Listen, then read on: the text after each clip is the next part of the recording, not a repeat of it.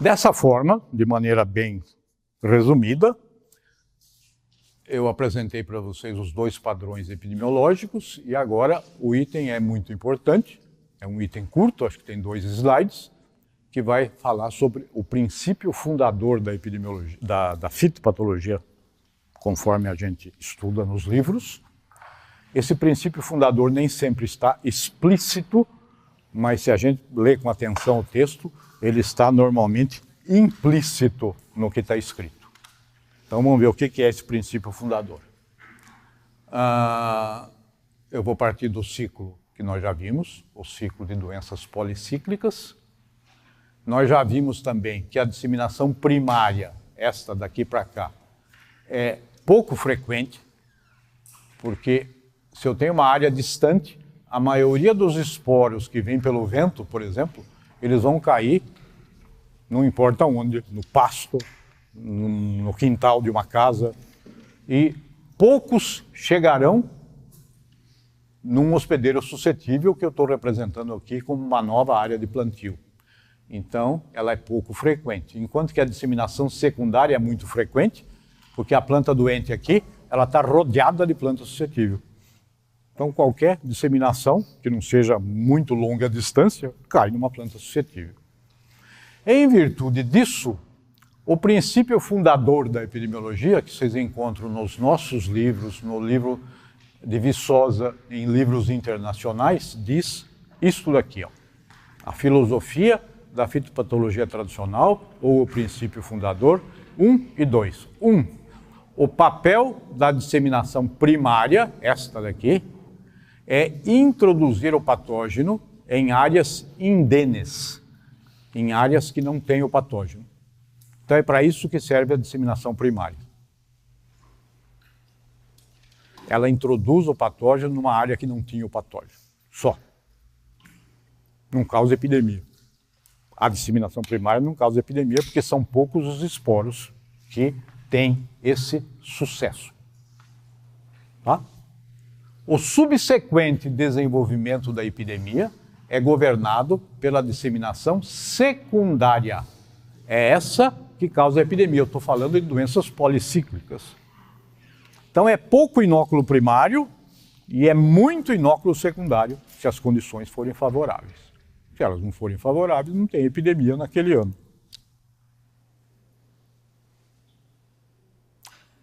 Esse princípio fundador tem uma consequência importantíssima para o manejo, que é o que nós estamos interessados aqui na nossa aula. Então está aqui o princípio fundador, nós já lemos, e a consequência para o manejo.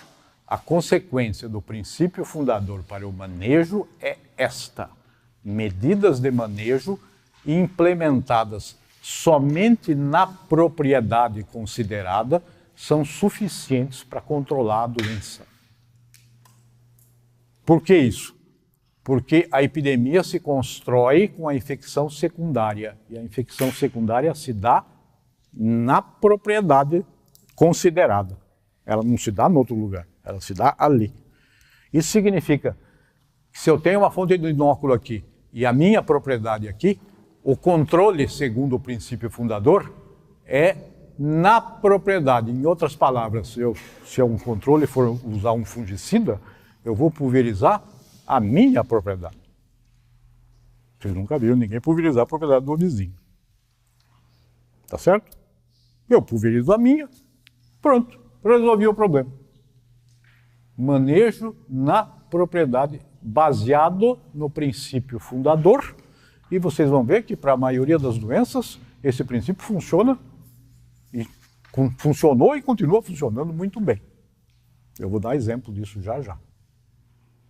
Então guardem, princípio fundador. A consequência do princípio fundador. Eu devo me preocupar com a minha propriedade, com o meu campo, com o meu canteiro. Se eu cuidar dele, eu resolvo o problema de doença. Não preciso me preocupar com o vizinho. Manejo dos padrões 1 e 2. Então eu vou voltar um pouquinho com o padrão 1. Eu tenho que atuar no inóculo primário, vocês já sabem, que não tem secundário. 2 exemplos. se eu fizer tratamento, fumigação no solo, eu destruo os microescleródios. Eu estou controlando a doença. É um processo difícil e caro, você tratar solo. Porque o solo é volume, né? Quando você trata a folha é superfície. Volume é outro problema. Ou fazer rotação de cultura. Se eu planto batata, está lá cheio de microescleróide, eu paro de plantar batata naquele local, planto outra coisa, 1 ano, 2, 3, vários anos. Mas rotação de cultura também atua contra o inóculo primário e é assim que as doenças monocíclicas são controladas. As policíclicas, diferentemente, eu preciso atuar no inóculo secundário. E normalmente eu atuo no inóculo secundário através de resistência genética, variedade resistente, se houver, nem sempre há, ou com um produto químico, um fungicida, um bactericida, um inseticida contra os insetos vetores. E essas técnicas de controle, essas estratégias de controle, elas agem no inóculo secundário e, de acordo com o princípio fundador, se eu atuar na minha propriedade, eu resolvo o meu problema. E essa ideia, baseada no princípio fundador, tem funcionado bem para a maioria das doenças, como eu já disse. A compreensão do patossistema leva, então, a essas considerações que são muito pertinentes e lógicas, e é isso que a fitopatologia tradicional recomenda. Isto daqui, manejo na propriedade. Eu vou dar um exemplo que o manejo na propriedade funciona, que é uma maravilha. Nós temos aqui um exemplo de um campo de soja. A doença é ferrugem asiática da soja. O patógeno é Phacopsora pachyrhizae. Esse é o campo de soja. O agricultor, o dono do campo, ele pulverizou um fungicida contra a Phacopsora e, por um erro de aplicação do tratorista, ele esqueceu de pulverizar essa faixa aqui. Então ele foi para lá, em vez de voltar aqui, ele errou e voltou para cá. E o que aconteceu? Aconteceu que na faixa em que ele não pulverizou por acidente, a ferrugem arrasou com a soja. Mas na faixa que ele pulverizou, a soja está sadia. Isso mostra a potência do fungicida em controlar a doença aonde ele foi aplicado. Então, quando eu digo que aplicar na sua propriedade resolve, esse exemplo é muito mais gritante, porque a fronteira entre o aplicado e o não aplicado é uma planta do lado da outra. E funciona assim mesmo. Tá? Então, tem funcionado para a maioria das doenças essa estratégia de manejo na propriedade, baseado no princípio fundador. Então, medidas de manejo implementadas somente na propriedade, no caso aqui propriedade está entre aspas, porque não é nem propriedade, né? Na faixa que foi esquecida, são suficientes. Mais um exemplo, só para vocês gravarem bem. Outra doença importantíssima, requeima da batata, causada por Phytophthora infestans. Aqui eu tenho uma estação experimental que está testando produto químico. Então eu tenho aqui um canteiro de batata, onde foi usado um fungicida, e aqui eu tenho um canteiro com o mesmo número de plantas, onde não foi usado o fungicida. Não foi usado o fungicida. O que aconteceu? Morreu tudo aqui e lá está sadio. Isso significa aquilo, medidas de manejo implementadas na propriedade agora é um canteiro, são suficientes. O fungicida controla com eficiência tanto a disseminação primária quanto a secundária. Ali não tem disseminação nem primária nem secundária. O esporo que saiu daqui, caiu lá, morreu. Se morreu, a secundária não ocorre. Então, tem funcionado bem o manejo na propriedade baseado no princípio fundador. Muito bem. E com isso nós encerramos a primeira metade. A primeira metade era a epidemiologia tradicional, eu não falei ainda do HLB dos citros, vou começar a falar agora. O HLB dos citros também pode ser traduzido do chinês como doença do dragão amarelo. Aqui é uma planta de citros, em grande parte sadia, mas aqui tem o ramo que foi infectado pelo patógeno. Esse ramo infectado, essa é uma doença sistêmica, logo ela vai se translocar para a planta toda, e essa planta vai ficar amarela inteira, ou vai morrer ou vai deixar de produzir. Por que doença do dragão amarelo? Então esse slide aqui, eu acho ele interessante. Vocês estão vendo aí uma planta com o HLB. E se vocês treinarem a visão, vocês vão enxergar um dragão amarelo nessa planta. Essa planta é aqui no Brasil, na região de Araraquara. Tem aqui a planta. Vocês estão vendo o dragão ou não? Esse daqui, ó, é a cabeça do dragão. A orelha do dragão, a boca, o focinho, tá? Depois vem o corpo do dragão aqui. Aqui a pata traseira. A pata traseira aqui é o rabo dele. Se vocês estão duvidando do que eu estou falando, vejam a animação que foi feita. O dragão está aí, viram? Esse dragão parece mais uma lagartixa, mas em todo caso. Então está aí o dragão, a doença do dragão amarelo. Então essa doença ela é muito importante por vários fatores. Ela é causada por uma bactéria chamada Candidatus liberibacter asiáticos. Liberi é de vasos liberianos, de floema, e bacter é de bactéria. Asiáticos porque ela vem da Ásia, da China, provavelmente. Isso daqui é um vaso do floema, de uma planta de citros, e aqui dá para ver os bastonetes da Liberibacter. É uma bactéria em forma de bastonete. Ela tem vetor. Se ela tem vetor, significa que o fato dela estar dentro do floema da planta não faz com que essa doença seja do tipo do verticillium que estava no xilema preso. Essa daqui está no floema, que é interior à planta, mas ela não está presa. Ela não está presa porque ela tem quem a tire de lá e a leve para outro lugar. Então, basicamente, isso aqui é uma doença que eu vou colocar provisoriamente aqui no nosso padrão 2. Tá certo? É uma doença que tem ciclo secundário, que tem vetor que tira a bactéria do floema e leva para outra planta. O vetor é esse inseto aqui, chama Diaphorina citri, é do grupo dos psilídeos. Ele é muito pequenininho, dá para ver a olho nu, mas é bem pequenininho. E tipicamente ele para nesse ângulo de 45 graus com relação à superfície onde ele está pousado. A doença é sistêmica. Isso significa que um psilídeo que inocule a bactéria num ramo da planta vai ocasionar a morte dessa planta.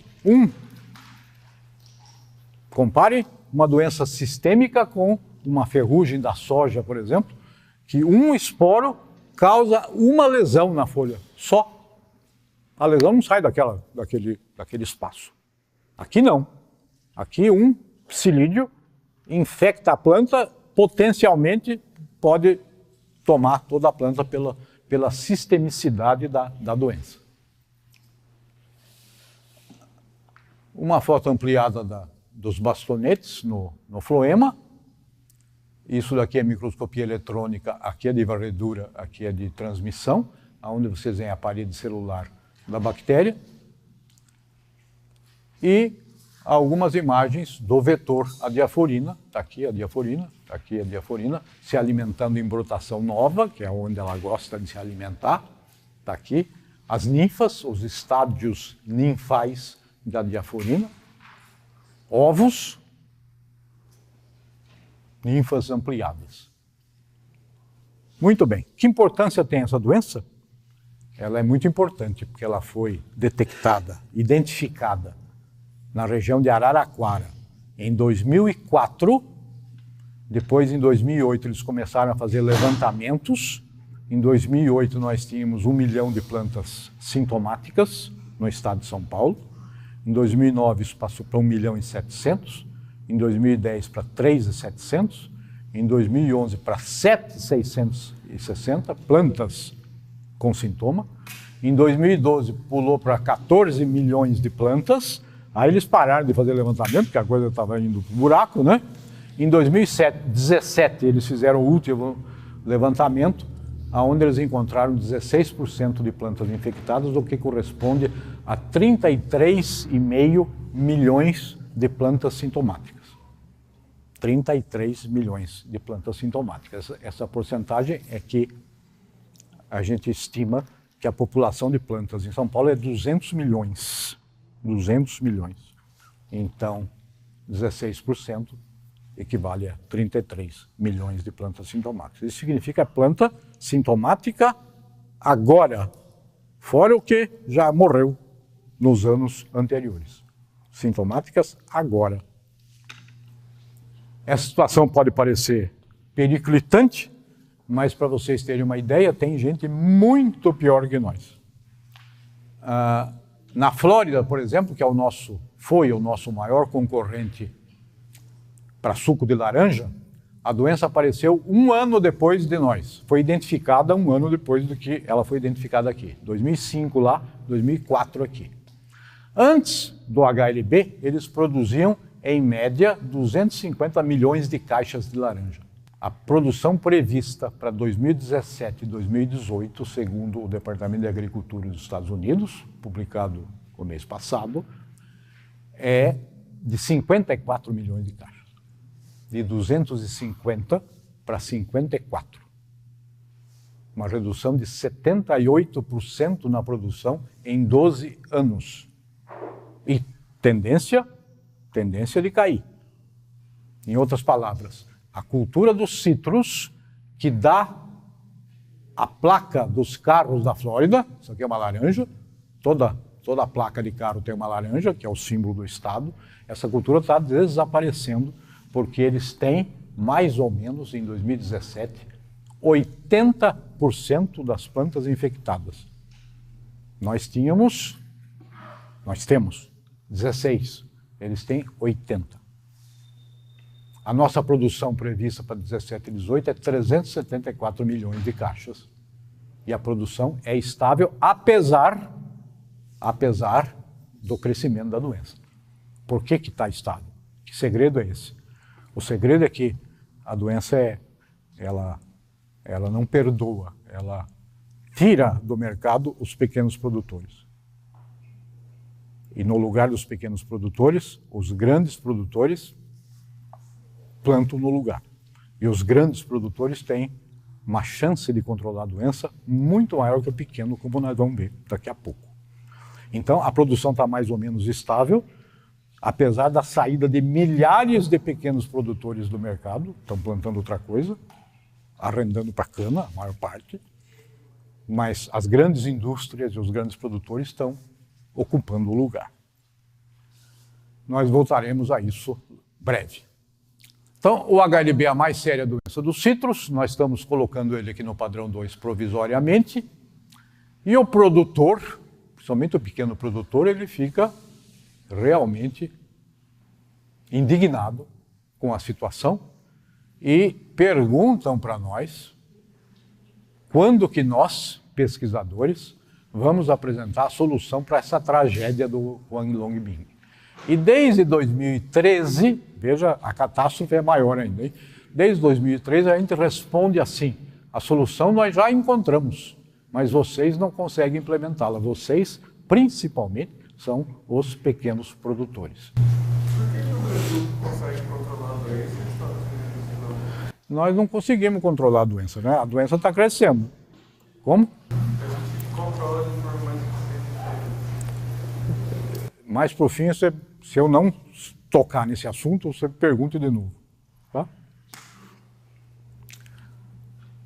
Então nós temos a solução e vocês não conseguem implementar. Aliás, nenhum país do mundo conseguiu implementar. Nós somos os melhores até hoje. Nenhum país do mundo.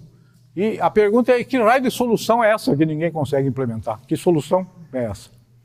Bom, é a solução que nós encontramos. Essa é a solução. O objetivo da aula é esse, é mostrar para vocês essa solução. Não é uma solução fácil, não é a solução que o agricultor quer.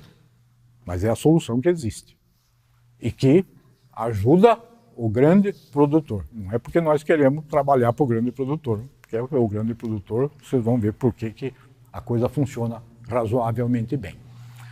Então nós já examinamos o HLB dos citros e vamos agora definir para vocês o terceiro padrão epidemiológico. Nós tínhamos dois, que vinha do Van der Planck. O padrão 1, doenças monocíclicas, e o padrão 2, doenças policíclicas.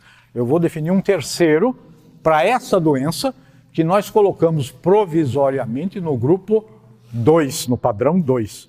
Eu vou tirar ela do padrão 2 e vou criar um padrão 3 para ela. E vocês vão ver por quê.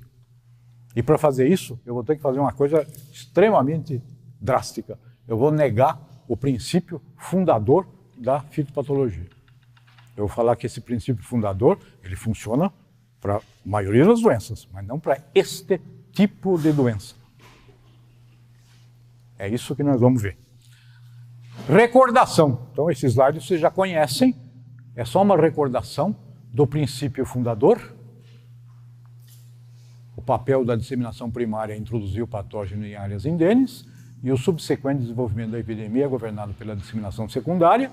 Consequência disso é que se eu tomar medidas de controle, de manejo dentro da minha propriedade, eu resolvo o meu problema e nós vimos que isso funciona bem para a maioria das doenças.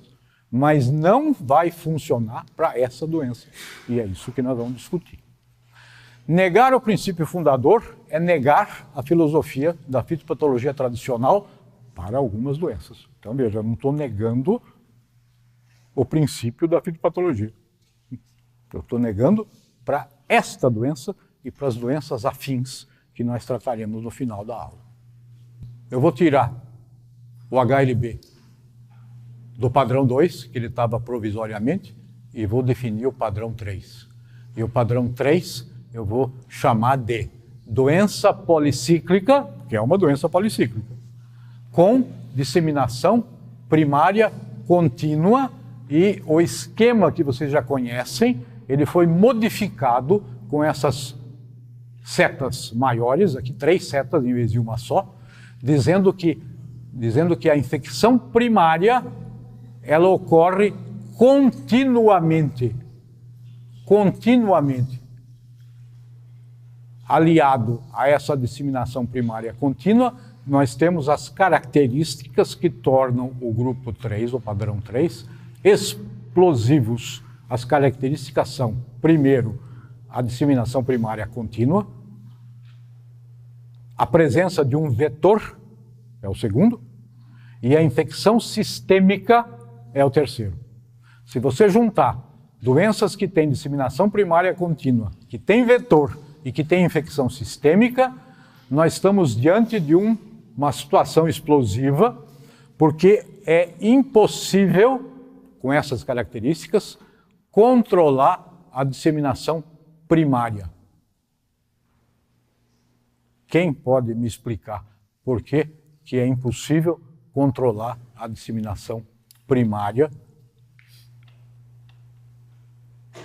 num caso desse? Num caso desse é com vetor e com infecção sistêmica. O que tem esse sistema que é diferente da sarna da macieira ou da ferrugem da soja? Eu mostrei para vocês Phytophthora infestans, que num canteiro tratado não tinha doença, apesar do canteiro vizinho estar dizimado. Isso significa que a disseminação primária foi controlada e a secundária não ocorreu porque não houve primária. Aqui não se controla a primária. Por quê? Sempre vai chegar vetor com... Sempre vai chegar vetor com a bactéria. E por que não mata o vetor? O inseticida. Por que a Phytophthora morre com o fungicida e esse aqui não morre? É mais difícil controlar o inseto. Porque é mais difícil controlar. O vizinho também tem que controlar. Mas esse é o ponto, né? O vizinho também tem que controlar. Mas esse é o ponto. Porque o plantador de batata, se ele aplicar o fungicida na área dele, o vizinho que se dane. O vizinho que se dane. A pergunta é por quê? Então, voltando, o que você falou? É mais difícil. Por que é mais difícil? Porque a quantidade de coisas que ele tem que ingerir é é maior e também porque ele se alimenta de fluidos da planta, né? Não é da superfície da planta. Tá mais ou menos. O que impossibilita o controle do inseto é que o inseto que vem de fora, infecção primária, vem de fora. Então ele vem de um pomar altamente contaminado, ele já vem com a bactéria, tá? Essa infecção primária, ele já vem com a bactéria. Pousa na planta, a planta está com inseticida. Pousa na planta, vai se alimentar. Enfia o estilete dentro da planta. Adquire o fungicida, quem sabe? Porque tem fungicida, o inseticida sistêmico ou não sistêmico, ele ingere também.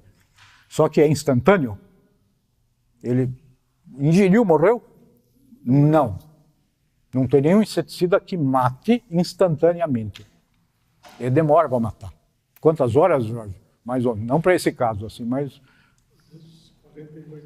48 horas. 24 horas. Se fosse 10 minutos, também ia dar na mesma. Então, ele transmite a bactéria antes de morrer. E se a disseminação primária é contínua, então vem um inseto aqui, transmite a bactéria, depois ele morre. Quer dizer, ele morrendo não vai ter disseminação secundária. Mas já houve a disseminação primária. E ela é contínua. E ela é sistêmica. Aquela planta que recebeu, ela vai morrer ou vai deixar de produzir. Se a doença não fosse sistêmica, essa doença seria uma bobagem. Seria uma bobagem. Porque eu mato um inseto, vai dar uma lesãozinha ali onde ele picou, e grande porcaria. Não vai afetar em nada. Mas a doença é sistêmica. Então, veja, essas características aqui são muito importantes. E isto daqui, a impossibilidade de controlar a disseminação primária, vocês têm que estar na cabeça isso. É isso que faz com que o sistema seja diferente. É por isso que tiramos do padrão 2, pusemos no padrão 3. Então, o HLB é muito diferente da sarna da macieira, ou da ferrugem da soja, ou da fitófita do infesto, ou de qualquer doença comum, para as quais o nosso... Como é que chama? O padrão. Eu sempre esqueço o nome dessa coisa. O nosso para todas as doenças para as quais o princípio fundador continua valendo. O HLB é diferente. Por causa da disseminação primária contínua, da presença do vetor e da infecção sistêmica que fazem com que o controle da disseminação primária seja impossível. Tá certo? Fale. E as doenças causadas por vírus estão nesse padrão 3 também? A pergunta dele é se as doenças causadas por vírus estão nesse grupo também. Vocês vão ver que algumas das doenças causadas por vírus estão nesse grupo e são piores do que esse. É os últimos 2 slides que eu vou mostrar. Então, os vírus que têm vetor, que são sistêmicos, ou enfim, os vírus que têm essas características são assim.